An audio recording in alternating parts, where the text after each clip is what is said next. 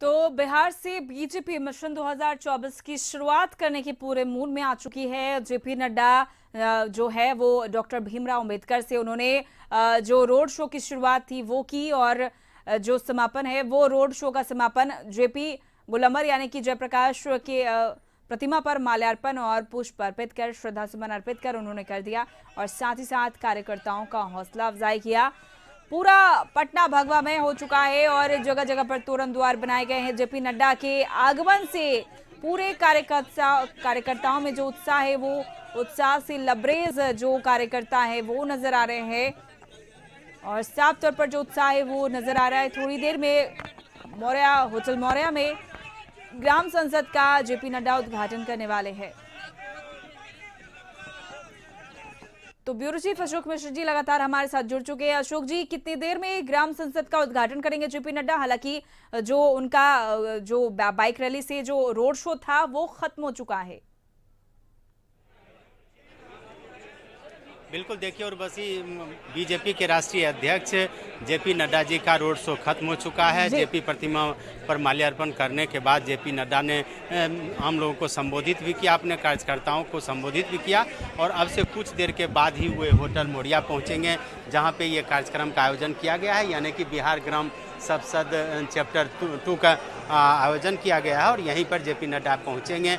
यहाँ पे अतिथियों के आने का सिलसिला शुरू हो गया है और कुछ देर में ही जेपी नड्डा यहाँ पे पहुंचेंगे।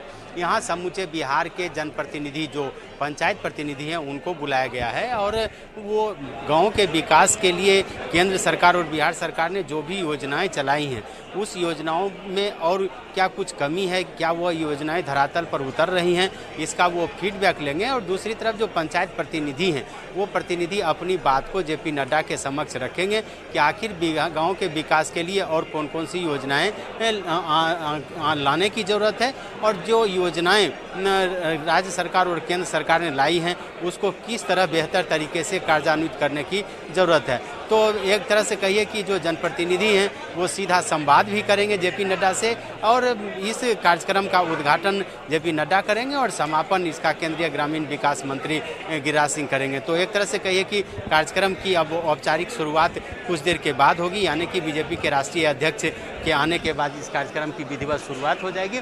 फिलहाल यह हॉल खचाखच भर चुका है, जनप्रतिनिधि आ चुके हैं और गेस्ट भी आ चुके हैं। इसमें भारत सरकार के मंत्रियों के अलावा बिहार सरकार के भी मंत्रियों को भी आमंत्रित किया गया है, जिसमें खास करके जदयू कोटे से जो मंत्री हैं संजय झा जो जल संसाधन मंत्री हैं और भवन निर्माण मंत्री अशोक चौधरी वो भी इस कार्यक्रम में शिरकत करने वाले हैं। तो ऐसी स्थिति में यह कहना ये मुनासिब होगा कि बीजेपी ने जो तैयारी की है उसमें अपने कार्यकर्ताओं को उत्साह भरने के लिए तो उसने कार्यक्रम बनाए ही हैं। कार्य समिति की बैठक संयुक्त मोर्चे की बुलाई है, खास करके जो पंचायतों में जनप्रतिनिधि हैं उन जनप्रतिनिधियों से भी बीजेपी सीधा संवाद करना चाहती है, सीधा उनसे ताल्लुकात रखना चाहती है ताकि बीजेपी का जो जनाधार वो हर पंचायत तक पहुँचे, हर प्रखंड तक पहुँचे और हर बूथ तक पहुँचे। जी बिल्कुल।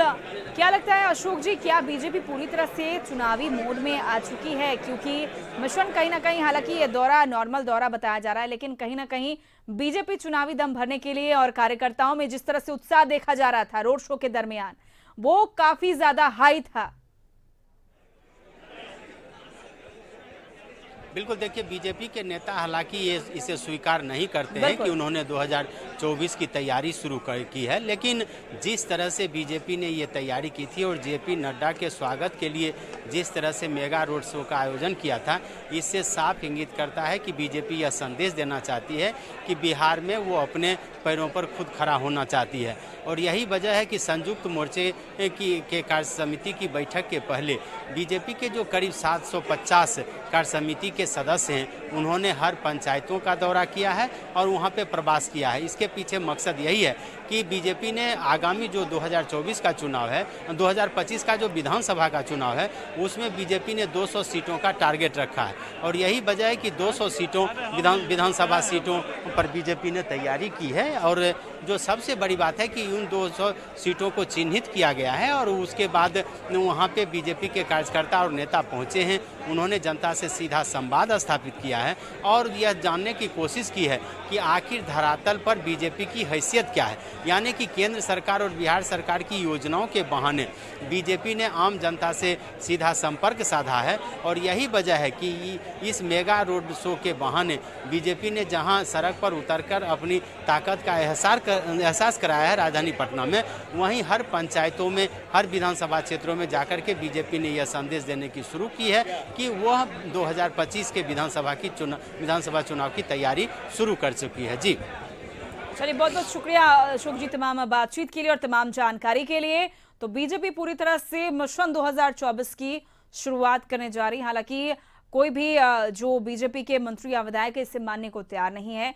जेपी नड्डा से थोड़ी देर में ग्राम संसद का उद्घाटन करेंगे, जिसकी जो तमाम तैयारियां पूरी कर ली गई है। होटल मौर्या पूरी तरह से सज धज कर तैयार है और बस इंतजार किया जा रहा है जेपी नड्डा के, बीजेपी के राष्ट्रीय अध्यक्ष जेपी नड्डा के पहुंचने का। रोड शो खत्म हो चुका है और उन्होंने पटना के तमाम लोगों का शुक्रिया किया।